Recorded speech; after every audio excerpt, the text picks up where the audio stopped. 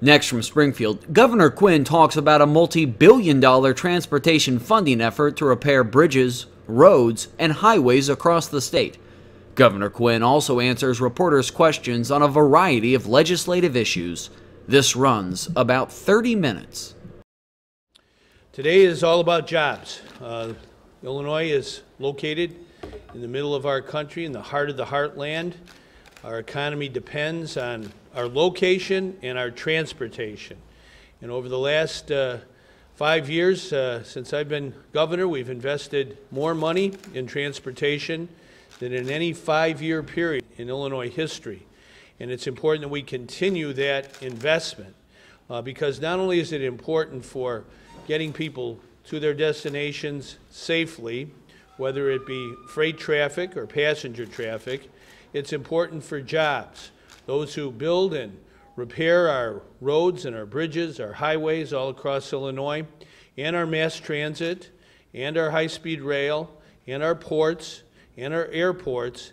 All of this is very, very important to our economic future in our state of Illinois. We've got to make sure we invest in these important assets that we have. We have major railroads crisscrossing Illinois, major highways, and we also have local roads that are very, very important to our commerce and to the people of Illinois to get to school, to shop, to go on vacation. We want to make sure we have a 21st century transportation program. And that's why we, every year, propose a multimodal plan dealing with all these forms of transportation and our investment in these important parts of our Illinois economy. We've had the opportunity over the last 5 years to create literally thousands of jobs across Illinois in every part of our state. We have 9 transportation districts, and in every district we've been able to make major investments in improving our roads and our transportation structure. And we want to continue to do that. It creates jobs in local communities, and it also enables our businesses to reach their markets. And it's very important that we make these important investments. And I want to kind of go over a couple of the big projects that are part of this program. One of them in Chicago that anyone who's ever driven towards downtown Chicago from the west, the south, or the north knows about the Circle Interchange. It's a spaghetti bowl that's been around now for 50 or 60 years. It's reached its life expectancy, and it needs to be really brought up to 21st century standards. This is a huge project. It's over $400 million, involves a lot of bridges, and we have to invest in bridges in Illinois, not only in the city of Chicago and the suburbs, but every part of our state. And so a lot of our investment are in bridges, and we're going to begin working on the bridges of the Circle Interchange in the coming year. This is a project much like Lower Wacker Drive in downtown Chicago.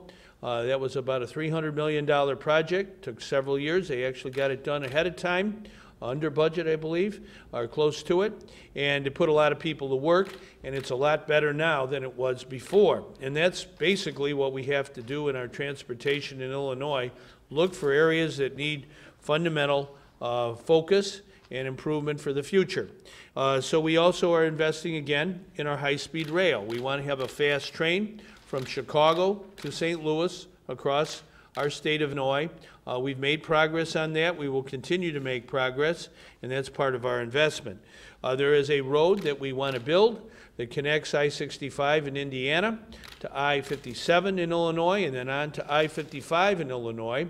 It's called the Ileana Expressway, and we've selected a route. We have very much interest in this road from both those who would be in commerce as well as being able to save time and not have to deal with the challenges of I-80. And so we're going ahead with our program for the Ileana Expressway. We have a bridge to complete in East St. Louis going across the river, the Mississippi River, to St. Louis. This bridge should be completed in the coming year. It's a mighty bridge, and it's over a mighty river. And we understand that navigation on our river is important. That's part of our transportation initiative as well. But we have to have 21st century bridges that help the people get where they have to go when it comes to crossing the river. We want to build another bridge in the Quad Cities, connecting Illinois and Iowa, again across the Mississippi River. This is a major project that involves both Iowa and Illinois, and we're putting our money where our mouth is. We want to build this bridge.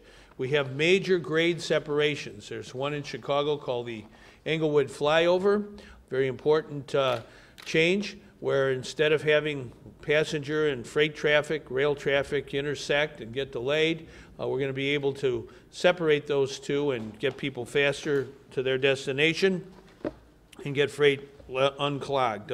We also have another huge separation. It's a $174 million investment right near the Ford plant in south side of Chicago, a very major employer in our state. At 130th and Torrance, there's been a historic bottleneck involving the railroad as well as the road itself, and we're unsnagging that. That should be done very shortly as well. We're investing in the Red Line, the CTA Red Line, Chicago, over $640 million. That program will begin next month. We'll be working with the CTA in the city of Chicago. We have a transit facility we're going to be investing in Galesburg, very important. Galesburg is an Amtrak stop. It's also a terminal for the Burlington Northern Santa Fe Railroad, BNSF, and we want to continue to grow there and grow more jobs there. All the time we're investing in transportation, roads and bridges especially. We want to lay fiber. Internet fiber, connecting Illinois. We've laid, our plans are about 4,100 miles of fiber across the state. When we do the road repair or road building, we trench as much as we can to also lay fiber, and working with our Broadband Deployment Council. We want to have a strong superhighway system in our state, and we want to have an extremely strong information superhighway system. And so our highway transportation department helps in that mission, and it's very important that we continue. With respect to all these projects, some of them are big, some of them are very important in a local community. They may not involve millions and millions of dollars, but for that community, wherever they may live in Illinois, in a small town, in a suburb, or in a big city, we want to make sure that our transportation investment helps everybody. We want to save time. When we make these investments, oftentimes we relieve congestion. As you know, next Monday is Earth Day, and we reduce pollution by making sure we take good care of our investments in transportation. Oftentimes that involves reducing pollution, especially because the Department of Transportation and our tollway are very committed to sustainability. When they do these projects, they try to recycle as much as possible. They made great strides under the leadership of Ann Schneider and also Chrissy LaFleur, who is at the Illinois Tollway. We are investing, separate from this whole plan today, announcing another $1 billion in our tollway program. We're going to be making the Jane Addams Tollway from O'Hare Airport to Rockford a 21st century roadway with an additional lane. That's separate from IDOT. It is the tollway, but it all kind of comes together. The Department of Transportation and our Illinois State Tollway Authority, Toll Highway Authority, they all work together, and we're indeed doing that. A major project that we have in the south suburbs is where I-294 intersects with I-57. It's one of the few interstates in the whole country that intersect but don't connect, and we want to unlock the economic value of helping the south suburbs in particular by connecting these two major roadways, and that's part of our initiative as well with the tollway. We understand how important it is to have our intermodals. Right now that means railroads coming from both coasts. They come to Illinois, they unload their cargo onto trucks. We distribute that all across our state, across the Midwest, across the heartland. We're the inland port of America, and it's growing by leaps and bounds. And we can continue to get new jobs, more jobs, by focusing on this important initiative. It's indispensable that we have strong transportation. So this is a 6-year program. It's about $12.5 or $6 billion. It's the investment of the people of Illinois in a road system they know is in a transportation system that's very, very important to our jobs, to our economy. And Ann, why don't you take it from there? Thank you, Governor. Governor Quinn, when he asked me to take on this job, was very specific with me. He said he believes very strongly in investing in our infrastructure in Illinois to make us more globally competitive and economically viable. And as a result of that conversation, I also recognized that we needed to be more multimodal in our planning efforts and in also our programming efforts. And so the plan you see today, based on the governor's direction, is a multimodal plan. So we're not here just to talk about the highway system. We're here also to talk about our transit systems, our airports, railroads, all of those things that are important to freight movement in the state of Illinois and getting people to where they need to be in a fast, efficient manner. I want to thank the governor for his ongoing support and vision for transportation and for the future of our system. And as he mentioned, this program that we're announcing today is a $12.6 billion program, and that covers all modes of transportation.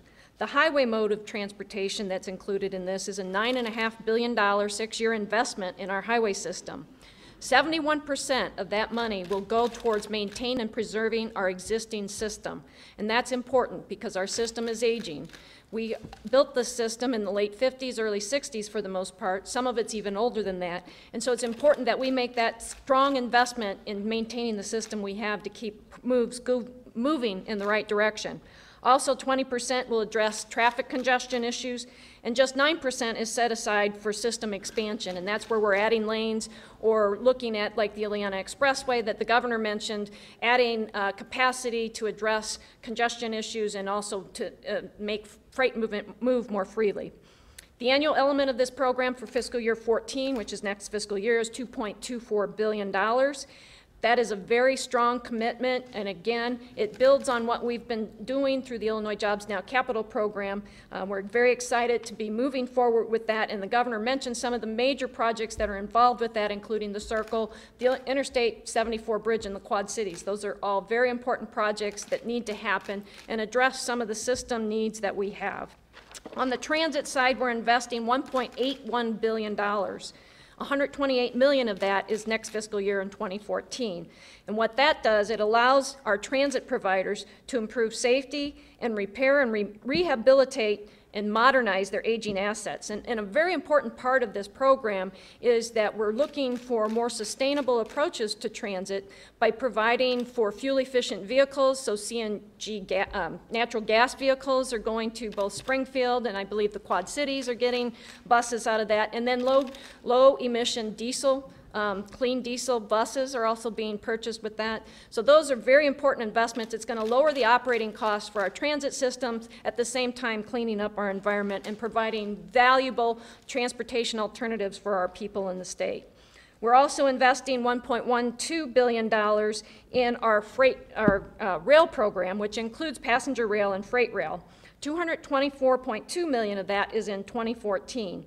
And you know, the rail freight program is a very small piece, but it's an important piece of that. We're making investments, for instance, in southern Illinois around Greenville to connect Greenville to Smithsboro with a railroad track for some freight movements down there. And that's being funded through our rail freight program. So that's an important piece of what we're doing. In our airport improvement program, we're investing $159 million over the 6-year period. $61 million will occur in 2014. And we also we're announcing a call for projects for a state-local program, the last piece of the Illinois Jobs Now Capital Bill for airports, and we're going to be doing those projects in 2014. And that's also a very important project, and the airport program is a very important initiative for us. We're adding a taxiway here in Springfield. We're doing some work at Rockford International Airport, and we're also doing work in the Peoria International Airport. Both of those airports are huge airports when it comes to freight movements in the state of Illinois outside of the Chicagoland area. So we are making these very important investments through this program. We're very proud to stand here today with the governor and present this program, and as I mentioned before, it does on what he has done up to this point and created over 100,000 jobs, 140,000 jobs to date. We're looking at creating another 140,000 jobs as we go forward, and I'm proud to be here and announce this program with the governor. Well, I want to say one more thing. I'm very proud of Ann She comes from Western Illinois, of the Illinois Department of Transportation. She's doing an outstanding job, and this is a jobs program, 140,000 jobs. I will try and answer. High-speed rail, what specifics can you tell us about what's happening there? Well, we want to move forward with the going very well. We'll have more to say about that by the end of 2015. I think that'll be largely complete. Why don't you talk about that, Ann? Certainly. So right now, what we're working on are additional improvements, not to the mainline track, but looking at sidings where we can create those pull-off areas so the trains can pass and meet schedules. And then we're also working on positive train control, which is the signaling system where the cab talks to the interchanges to make sure that there's safe movement. And that's where we're at right now with the project. We also recently announced, the governor announced, that we are doing the rail car procurement. Caltrans was the lead agency on that, but that those cars are being manufactured right here in Illinois, in Rochelle, Illinois, so we're very pleased about that. And also, the state of Illinois was named as the lead state on the locomotive procurement, and we are working through that process right now, and we anticipate having that procurement ready to post to the public later this fall. So we are making significant movements, and we expect that 75% of that corridor will be at 110 miles per hour, as the governor mentioned, by the end of 2015. And related to that, I think this is important because we believe in high-speed rail. We are also doing a study with the state of Michigan and Indiana on a fast train from Chicago to Detroit, and that's a study. And we hope to really get going on that very soon. But this company that Ann just mentioned, I'm going to be there next week, they're expanding already. It's called Nippon Sharyo. It's a firm that came from Japan. They're building America, all American. That's a requirement of the high-speed rail law. So they are building fast trains for the 21st century for Illinois, for Missouri, I think it's for Michigan, and for California. They're being built right in Illinois by Illinois workers, and they're doing so well. They're expanding, and we're happy about that. They won a huge contract with Metra in the Chicago area to build 21st century commuter rail cars for Metra, and those are being put on to the trains right now in the south suburbs coming into the city. Those are ancient trains, 1971 or 2 built. So we have new trains there. And we have to understand, as Ann said, this is multimodal. What does that mean? It means highways and public transit come together a lot of times. And that'll happen in Galesburg. When you get off the Amtrak train, we want to be able to have a system of buses and other transportation to get people where they have to go.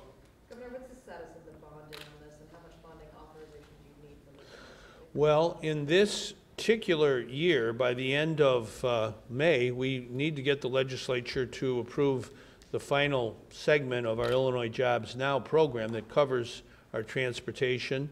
That'd be about $2.7 billion authorization. That means the legislature that has already authorized this overall program on several occasions would have to, by 3/5 vote of both houses, approve the last segment. I think seeing is believing. For folks who 4 years ago, after a 10-year wait, we had waited 10 years in Illinois for any kind of building program, and there was a lot of things that got backed up because of that. Well, in 10 weeks after I became governor, 10 weeks, we passed Illinois Jobs Now, a very large program, $31 billion investment in all kinds of things, and especially in transportation. The last authorization of the state money is coming up before the end of May. And I've talked to our legislative leaders. I think they understand how important it is that we complete that. But we also, I think, need to have a debate between now and the end of May on more capital, more investment in capital, more opportunity to issue bonds to continue the program. We'd like to have more financing so we can do this program and more like it, not only in terms of transportation, but other things, vertical construction, that is important to our people. And so I think if we can accomplish our pension reform, get that done, at the same time doing another look at investing in capital that creates jobs and makes Illinois economy stronger than ever. I was just up in northern Illinois yesterday in the suburbs there in DuPage County. Big company from Denmark is coming to Illinois. leading water company, and they were remarking about our transportation system and our investment in it, including water, the investment of our Illinois Jobs Now. So I think we can continue to attract major firms from across the world if we invest in transportation, invest in construction. There might be some movement on medical marijuana today. Is that a bill that you support? I'm open-minded on that. You know, in this very room, I had a veteran come in and several of his friends a while back, and he was suffering from war wounds and found definite help by medical use of marijuana. And so I was quite impressed by his heartfelt feeling. You know, the legislature has to vote on the bill, but I'm certainly open-minded to it. Are you working to build support for that? Well, I think we'll watch what the legislature does today. Lou Lang is a good friend. He's a very good sponsor. I have talked to Lou along the way about many bills. He's a fellow who understands how to pass laws, and so I think if he needs help, he'll let me know. Governor, where are you at with the smart grid reauthorization bill? And do you feel at all as if, I mean, you've gotten credit for replacing ICC commissioners and trying to make it more consumer friendly. Does this override that? Do you feel like they're kind of just... Well, about 100 years ago, the Illinois Commerce Commission was created by law for the very purpose of not having legislators who receive campaign contributions and other kinds of support from utilities. The idea was to take the decisions, the sensitive economic decisions for families and businesses, take that out of the hands of people who are focused on politics and put it in the hands of individuals who cannot have any other job. If you're on the Illinois Commerce Commission, you cannot have any other job. You can't be offered a job by the utilities also. And you can't take campaign money from them. And it has worked by and large for the last century. For the legislature here in the 21st century to decide they're going to go in a different direction, I think would be very harmful to the economy of Illinois. I recently went to Mexico on a mission, and one of the companies with us pleaded that we maintain our situation where we try to hold down electric rates as low as possible for families and businesses. This particular business pointed out the great difference between Indiana and Illinois when it comes to utility rates for their business. So they don't want proposals coming from the legislature that will raise their rates. It'll make their business harder to do. So I understand that. We're looking at that bill that the legislature passed, but I think in general it's much better to have the Illinois Commerce Commission with a good staff, carefully reviewing things. They're not political, and they shouldn't be political, and I don't think these decisions should be political. It just so happens last Friday, April 12th, that's the 30th anniversary of referendums that were on the ballot in Illinois all across our state, setting up the Citizen Utility Board to make sure the Commerce Commission heard from consumers. And I was involved in that. I remember that day because that was the day my first son was born. And so it was an important day in my history and our family history. And I think it was an important day in consumer history. And I know the Citizen Utility Board is very alarmed by this idea that you take these big decisions affecting utilities and put them in the political realm as opposed to the Illinois Commerce Commission. Transportation question, Governor. What did you instruct IDOT to do to provide relief to residents of Green Street near the Circle interchange? I think you may have intervened after Alderman. Well, we want anytime there's a big project, anytime, you know, whether it's the Mississippi River Bridge or whether it's a program in the south suburbs of Chicago or in the city of Chicago, our department works with local residents and businesses in planning this. So that's what I want everybody to do with respect to every project. And you know, there are things that they can do with respect to soundproofing and working on the engineering, and that's how it should be. You know, we want to have sensitive planning. At the same time, let's face it, you know, you can spend, what, 21 hours or more sitting going nowhere at the Circle interchange in Chicago. And if we're talking about reducing pollution, the worst thing of all is to have cars and trucks just sitting in traffic going nowhere, creating pollution in a major urban area. We've got to deal with that. We also have to deal with the fact that we're an intermodal capital of the United States. Intermodal means the trucks have to get through in order to deliver their goods. If they're stuck in traffic at the Circle interchange, which anybody who's gone to Chicago knows what I'm talking about, we can't have that. We can't be the most congested interchange in the whole United States. This was done in the late 50s, early 60s. It's time to act, just like we did with the lower Wacker. And anyone who sees that now says, boy, that's a pretty good road. It's a 21st century road. And we've got to do that with the Circle interchange. We have to begin by working on the bridges. That'll be the initial effort, and we'll be sensitive to all concerned. And I do want to say a few words about the people of Boston, the families who are grieving because they lost their family members. That young boy, Martin Richard, who lost his life.